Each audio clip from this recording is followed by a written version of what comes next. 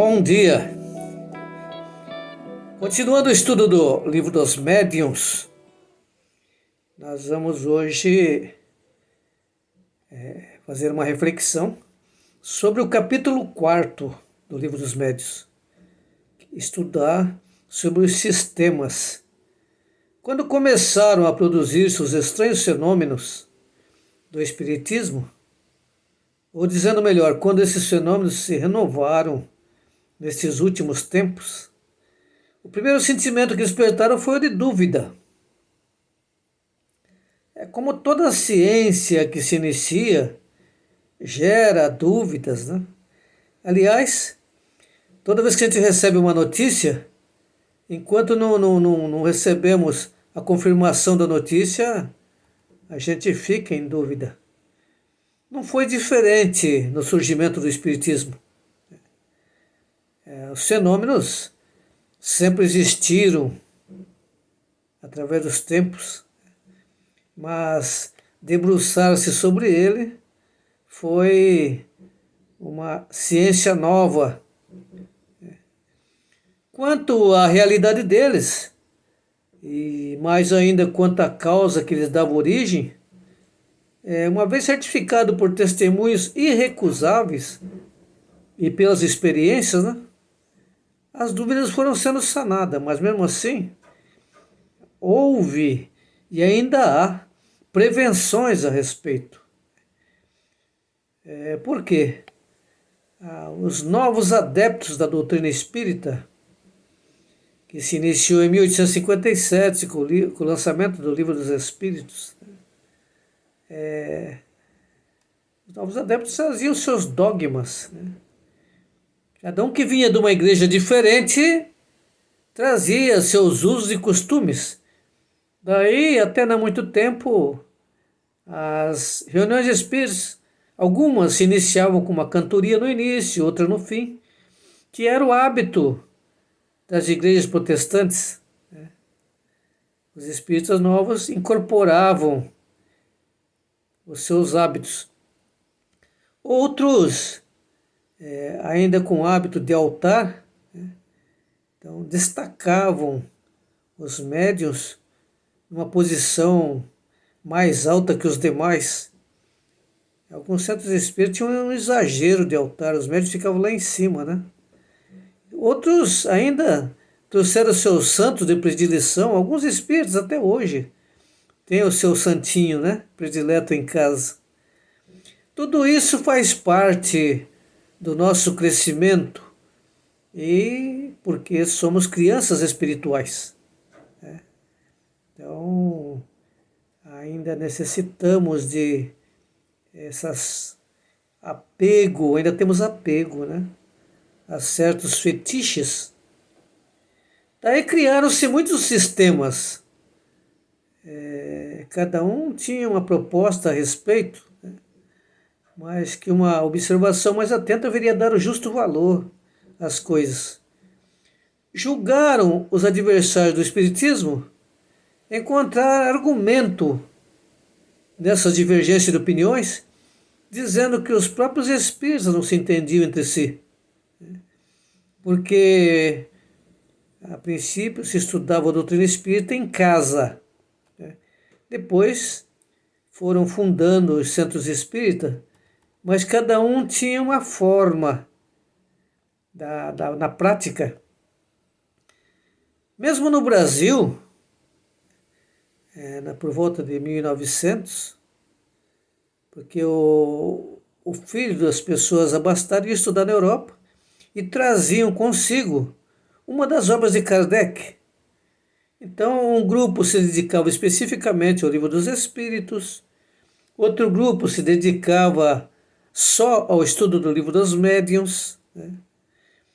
E havia um grupo numeroso que se dedicava ao estudo das obras de Rustang, os 4 Evangelhos de Rustang, que foi, a princípio, um seguidor de Kardec, mas depois fundou uma linha, uma corrente própria do seu pensamento. Então existiam os rustanguistas, né? Isso causava certa confusão e muitos comentários desairosos entre aqueles que pretendiam atacar a doutrina espírita. Falaram, bom, se eles mesmo não se entendem, né? Entretanto, hoje nós vemos numa mesma rua diversos tipos de igreja crente e não há contestação. Ou a pessoa começa a seguir numa corrente religiosa, numa escola religiosa protestante, né? Se destaca, adquire uma funcional de pastor e funda, junta um grupo e funda uma igreja, né? Então nós temos em cada esquina um nome diferente de igreja protestante. Não foi diferente com a doutrina espírita a princípio, e ainda hoje há, na prática da doutrina, formas diferentes. Então havia essa acusação, se eles não se entendem entre eles, imagine, né, os outros que não acreditavam. Então todas as ideias que surgem, elas são julgadas de formas prematuras, né? Pelo menos com relação aos pontos fundamentais, né? Se não com o essencial. Foi o que se deu com o Espiritismo, que não podia fugir da lei comum e tinha mesmo por sua natureza que passar por esse contraponto, né? Surgiram então aqueles que acusavam, que diziam um monte de coisa. E nós estamos estudando, a partir deste momento, os diversos sistemas que surgiram pela diversidade das interpretações. Pode-se, aliás, dizer que a esse respeito, no caso da doutrina espírita, andou muito depressa, né? Do que em outras diversas ciências mais antigas, do que a medicina, por exemplo, que ainda traz divididos os maiores sábios, né? Muitos não se entendem. Seguindo metodologia, então, para acompanhar a marcha do progresso das ideias, convém sejam colocados na primeira linha dos sistemas que se podem classificar. O que surgiu primeiro foi o sistema da negação. É mais fácil quando a pessoa não sabe do que se trata e não tem informação, negar, né? Assim como existem aqueles que negam a existência de Deus, né? Então, os adversários do Espiritismo faziam objeções dizendo, não existe espírito, né? Negando, sem saber que nós somos espíritos que estamos estagiando num corpo. O Livro dos Espíritos, então, vem esclarecer, com 1019 questões, esses pontos de interrogação. Para quem não acredita, seria supérfluo insistir, né? Quando Jesus despacha os seus seguidores para ensinar a sua doutrina, ele fala, eles deveriam procurar aqueles que já tinham vindo, os chamados tementes a Deus, aqueles que tinham vindo com Moisés, né? Os outros teriam sua época, e para os negadores, para aqueles que não acreditam, dizem não acreditar na doutrina espírita, nós não temos que insistir, não, né? Nós temos que estimulá-los a que continuem pesquisando. Devemos indicar, se tiverem assim curiosidade, as obras básicas, né? Que são o Livro dos Espíritos, o Livro dos Médiuns, o Evangelho segundo o Espiritismo, Céu e Inferno e a Gênese, né? Se a pessoa estiver disposta, ela deve buscar. Porque no livro As Viagens de 1862, que é na doutrina nascente, Kardec viajava muito pelas cidades, respondendo as perguntas, né? Respondendo as questões que surgiam.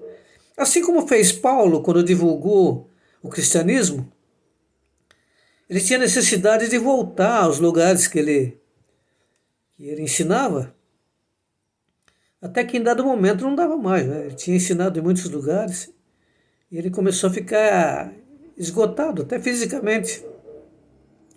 E o seu mentor lhe disse, Paulo, escreva. E daí surgiam então as cartas de Paulo, né? Que esclarecia a eles e esclarece também as nossas dúvidas. De duas espécies são os fenômenos espíritas: efeitos físicos e efeitos inteligentes. Para quem não admite a existência dos espíritos, porque não admitem coisa nenhuma fora da matéria, vão negar, né? Vão negar os efeitos inteligentes. Hoje está mais difícil, porque só do Chico Xavier tem mais de 400 obras, esclarecendo, respondendo questões, perguntas. Divaldo Franco com aproximadamente 300 obras e tantos outros, né? A doutrina hoje, nas obras complementares, tem resposta para tudo. E se nós buscarmos a Revista Espírita, escrita por Kardec, ele já respondeu muitas das questões, das perguntas que lhe faziam, né? E dedicava a resposta à Revista Espírita, uma revista que era lançada uma vez por mês durante 11 anos, de 1858 a 1869. Né? Então, aqueles que negam os efeitos inteligentes têm hoje onde buscar as respostas. Quanto aos efeitos físicos, que são o movimento das coisas, né? Mesa que se levanta, móveis que tombam, isso aí a mídia está constantemente divulgando. Né? E aqueles que são contrários argumentam de acordo com o seu ponto de vista, né? Que pode se resumir no que nós chamamos então de sistema. Entre eles, e o primeiro que é utilizado, é o sistema do charlatanismo. Entre os antagonistas do Espiritismo, muitos atribuem efeitos ao embuste, pela razão de que alguns puderam ser imitados. É lógico, tudo pode ser imitado, e há fenômeno espírita que pode ser imitado também, né? Por brincadeira, né? Ou por má fé. Segundo tal suposição dos negadores, todos os espíritos seriam indivíduos enganados, estariam sendo enganados. E todos os médiuns seriam os enganadores, de nada valendo a posição, o caráter, o saber, a honradez das pessoas. Né? E se isso merecesse resposta, diríamos que alguns fenômenos da física também são imitados pelos prestidigitadores, né? Existe imitador para tudo nesse mundo, inclusive para a nossa caligrafia, assinatura das pessoas, né? O que nada prova, em contrário, é contra a física, contra a química, contra a ciência, né?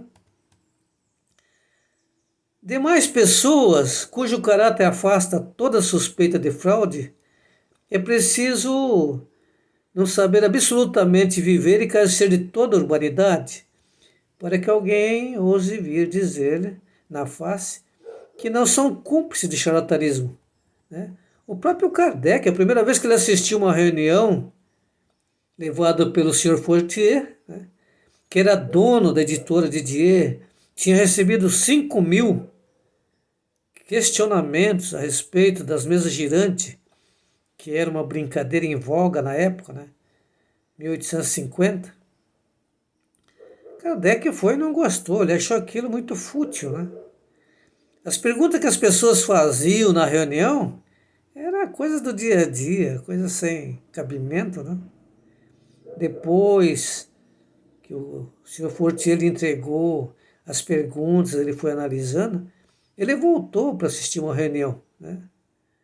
E já dissemos nos nossos primeiros vídeos que, apesar de achar fútil, ele viu que a mesa respondia e disse: bom, eu não posso entender que uma mesa desprovida de cérebro, né, possa responder pergunta inteligente. Nesse momento, o mentor espiritual respondeu para ele: ocorre que não é a mesa que responde, somos nós, aqueles que já vivemos aí, né, no corpo físico. E ele então faz a pergunta: que dá início à pesquisa, a pergunta número 1 do Livro dos Espíritos. Que é Deus? E os espíritos superiores responderam através da mesa, né, através das batidas. Deus é a inteligência suprema, causa primária de todas as coisas.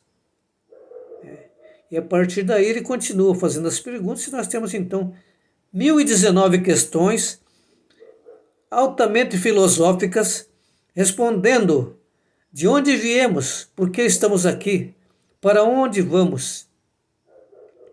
Agora, com toda a seriedade que nós estudamos a doutrina espírita, que nós estudamos a Bíblia, deve-se por isso afirmar que nunca houve abuso?